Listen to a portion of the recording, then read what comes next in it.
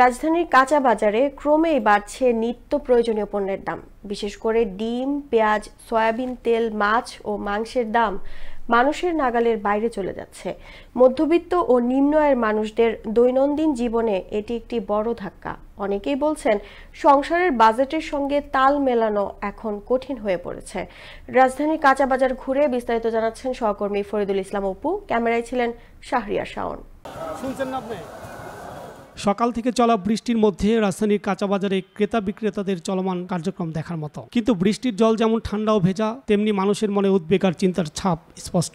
ক্রেতারা বলছেন দাম বাড়ার কারণে অনেকেই কিনতে পারছেন না প্রয়োজন মতো পণ্য। বিক্রেতারা জানাচ্ছে পাইকারি বাজারে অস্থির আর পরিবহন খরচের কারণে দাম কমার উপায় নেই।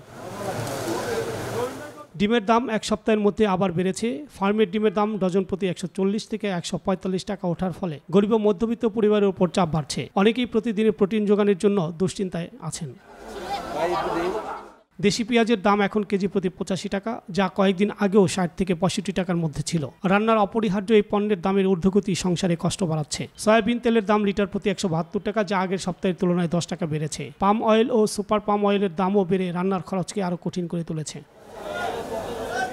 ইলিশ মাছের দাম সবচেয়ে উদ্বেগজনক। বড় সাইজের ইলিশ কেজি প্রতি 2200 থেকে 2600 টাকা পর্যন্ত বিক্রি হচ্ছে। রুই মাছ বিক্রি হচ্ছে 300 থেকে 450 টাকায়। মুরগির দামও বেড়ে গেছে। ব্রয়লার মুরগি 170 টাকা এবং দেশি মুরগি 550 থেকে 600 টাকায় বিক্রি হচ্ছে। এতে সাধারণ মানুষের প্রোটিন খাওয়ার স্বপ্ন ধুয়ে যাচ্ছে।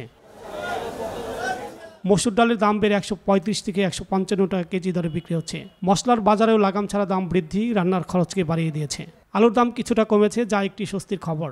এখন আলু কেজি প্রতি 20 থেকে 30 টাকায় পাওয়া যাচ্ছে। বাজারে দামের এমন ঊর্ধ্বগতি সাধারণ মানুষের জীবনযাত্রাকে কঠিন করে তুলেছে। অবস্থায় প্রয়োজন করা নজরদারি এবং কার্যকর সমাধান, যাতে বাজারে স্বস্তি ফিরে আসে। ফরিদুল ইসলাম অপু, আনন্দ টিভি, ঢাকা।